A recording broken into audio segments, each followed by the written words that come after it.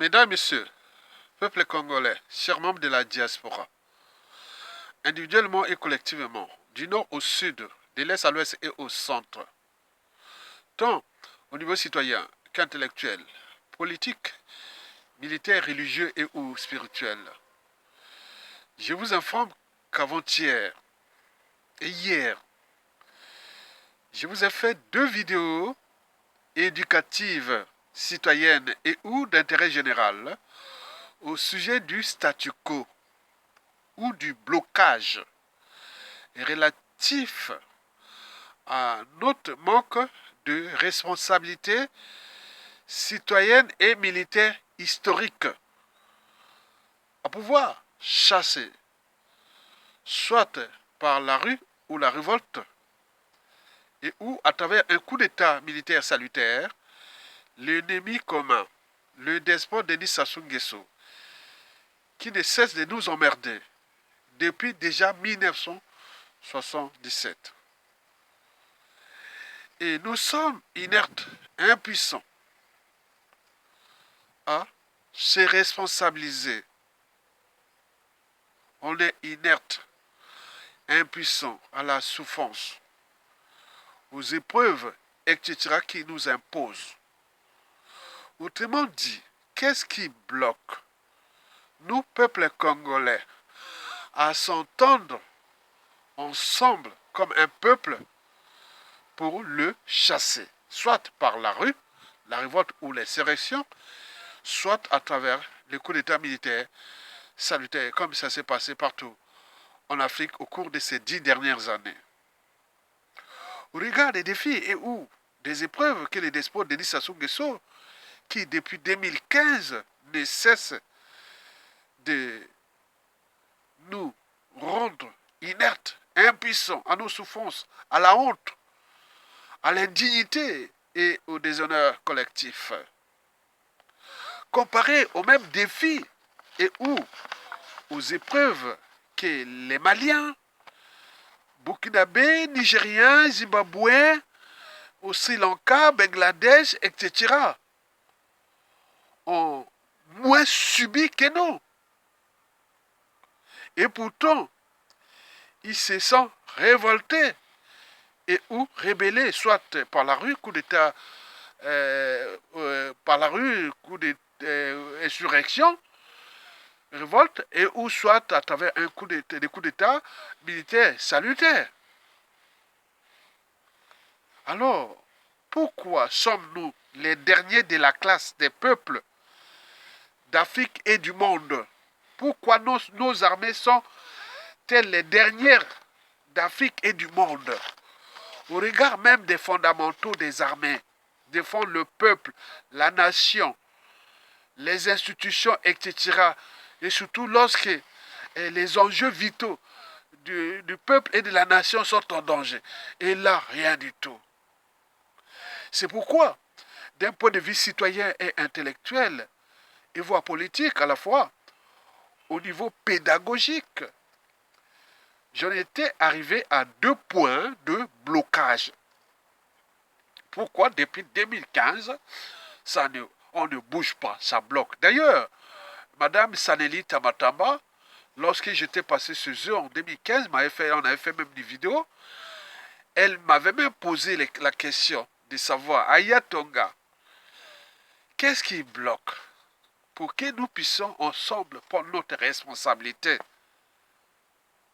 Elle m'avait posé cette question, je pense, en 2015 et 2016. Et c'est dans ces vidéos. Et depuis, je ne cesse d'expliquer ça. Ça rentre là et ça sort là. Comme si il y a des soucis. Pour nous-mêmes. J'en étais arrivé à cette conclusion-là. Que le blocage ou le statu quo, etc., repose sur 2 points essentiels. Le premier, c'est le fait psychologique. Et le deuxième point, le manque de dénominateur commun. Explication. D'abord, le fait psychologique. Cet effet repose sur plusieurs facteurs. D'abord, anthropologique. Parce que ce qui s'est passé chez nous depuis le coup d'État Ailleurs, bon, ben, il y a le courage. Mandela disait que j'ai appris que le courage n'est pas l'absence de peur, c'est la capacité de la vaincre. Et d'ailleurs, Monseigneur Ernest Combo disait que bon, ben, la peur, c'est le manque d'engagement. Oui, la peur, c'est le manque d'engagement.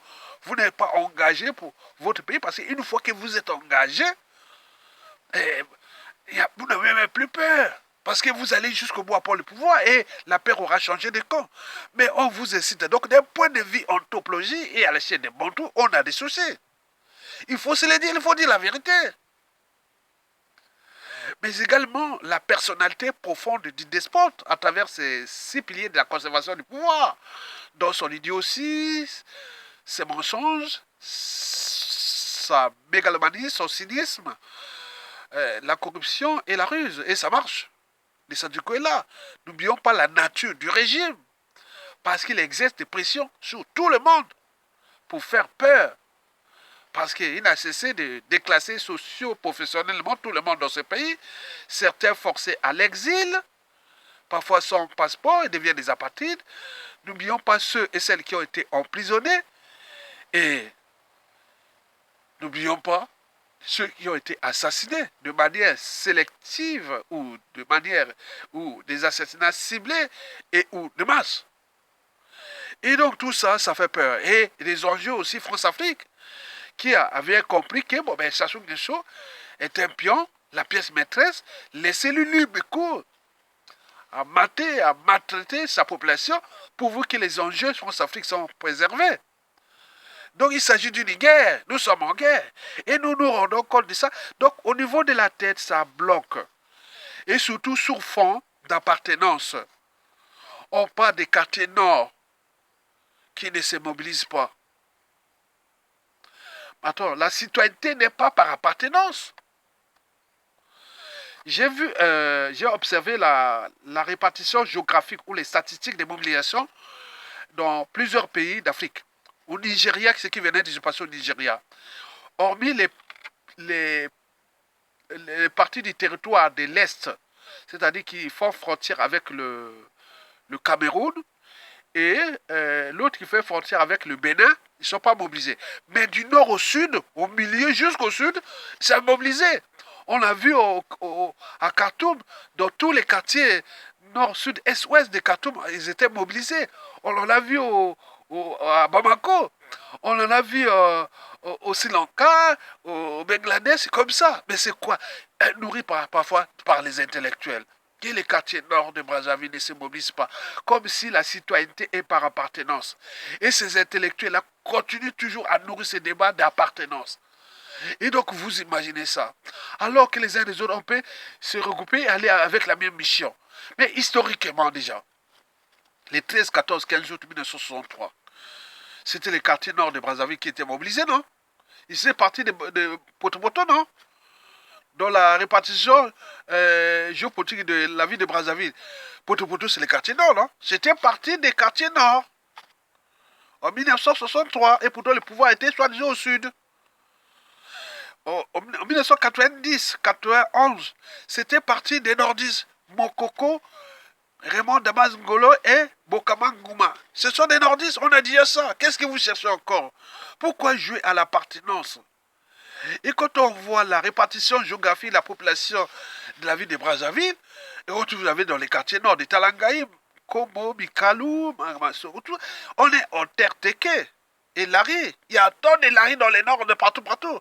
Mais attends, est-ce que si on regroupe les gens dans tous ces quartiers, ils sont mélangés ou dans des quartiers nord, on va dire oui, je suis Larry, et je me manifeste. Même les gens du sud, là, des quartiers du sud et autres, des filous, tout. Et chacun peut se déplacer stratégiquement, se retrouver dans les Awézié, à Talangaï et autres. On fait la manifestation et ça commence, ça déclenche avec les autres, vous êtes mélangés. Mais ces intellectuels-là viennent toujours dire, le problème, c'est les quartiers nord de Brazzaville doivent se mobiliser parce que Sassou n'a cessé de tuer les sudistes, etc., etc. Et donc là, Sassou a trouvé là le bon marché, le bon plan. Puisque d'un point de vue géopolitique et d'appartenance, les quartiers sud ne pourront jamais se mobiliser alors qu'ils sont et détiennent la population. Ils sont dans tous les arrondissements de Brazzaville.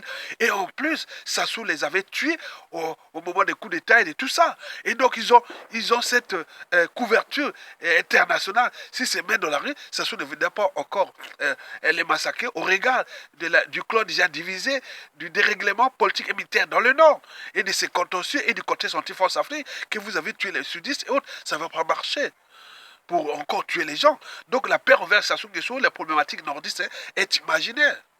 Mais quant au nord, on a emprisonné Mokoko. Rien du tout. Okomi Salsa, rien du tout. Sassou a cessé de tuer ces cadres du nord là, militaires, depuis le coup de jour à nos jours. Est-ce que ça mobilisait? Donc la problématique est en topologie pour nous-mêmes. Ce n'est pas le fait d'appartenir au nord. Non, ce n'est pas ça. Donc vous devez sortir de là, le fait psychologique là. Le fait psychologique que vous devez mettre hors d'état de nuit la citoyenneté par appartenance, la responsabilité par appartenance. Sinon, c'est l'anthropologie. On n'est pas courageux, on est des moutons, on est des lâches, et un peu plus comme ça, en tant que la France-Afrique se prépare à mettre quelqu'un qui sera encore là, et vous allez continuer à râler. Ça s'est passé au Gabon, le ciel n'est jamais tombé. Ça s'est passé au Tchad, c'est là. Mais chez les Ouest africains, non. Détiennent des coups d'État militaires salutaires, c'est eux-mêmes qui se révoltent et qui vont là. Mais chez nous, on est là, en train de jouer à cet effet psychologique et qui bloque tout. Quant au dénominateur commun, oui, il n'y a pas de mobilisation profonde du citoyen sans un rêve commun, des lendemains à construire, des futurs à édifier.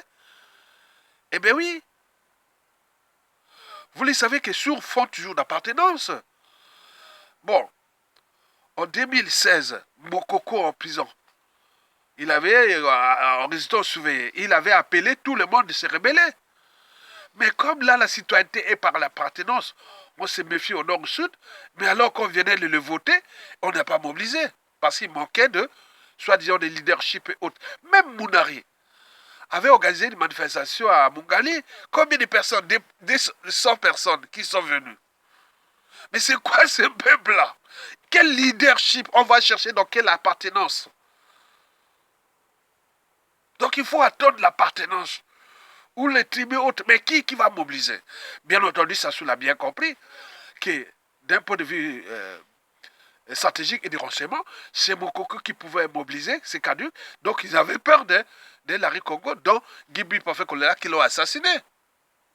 Donc ils sont en train de gérer comme ces sujets indigènes et esclaves et du bétail humain, et nous sommes là en train de jouer là. Et il y a des gens qui nourrissent ce débat de notre temps. Vous imaginez au XXIe siècle, il y a des cerveaux qui continuent à parler, et qu'on chie dans l'eau, et qu'il y a que Noki, et que le nord, le sud, mais ils sont vivants à l'étranger. Et nous, moi, depuis 2010, j'essaie de stopper ça. Je dis non, restons citoyens. La citoyenneté, c'est nous-mêmes.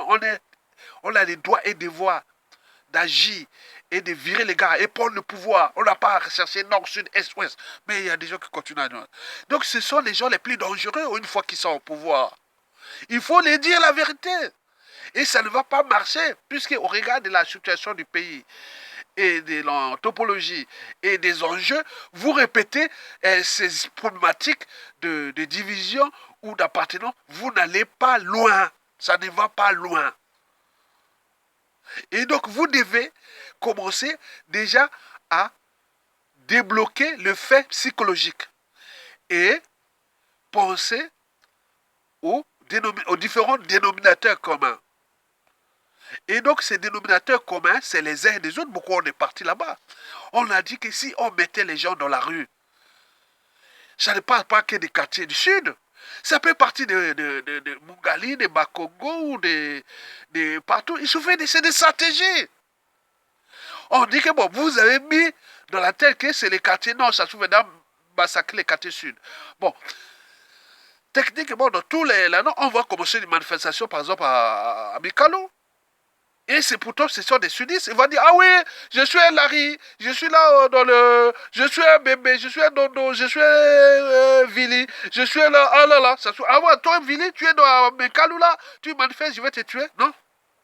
Ce sont des Congolais à Brazzaville. Ils parlent Lari, ils parlent Congo, ils parlent Lingala, Kituba, français. On peut faire, c'est des stratégies, des luttes. Ça s'est passé partout. Donc il manque d'organisation, de structuration et de l'esprit d'engagement, c'est tout. Ça soit a déjà neutralisé tout ce monde-là. Beaucoup ont été assassinés. D'autres vivent à l'exil, en exil. Et surtout ceux qui sont en prison. Très bien, mais il n'y a pas que eux. Il y a d'autres. Donc structurons-nous, mettons les gens dans la rue. La paix envers Sassou Nguesso est imaginaire. Quant au dénominateur commun que je parle, c'est toujours fond d'appartenance et qu'on n'arrive pas à s'entendre. Et donc, d'un point de vue psychologique, de l'effet psychologique et des dénominateurs communs, cela veut dire que Denis Sassou Nguesso a encore des beaux jours devant lui, d'ici à 2026, et peut-être jusqu'à conserver le pouvoir et devenir comme un Paul Biya. Et nous, contrairement à Paul Biya, même si le Cameroun c'est un autre cas, mais nous on sera déjà dans les ténèbres.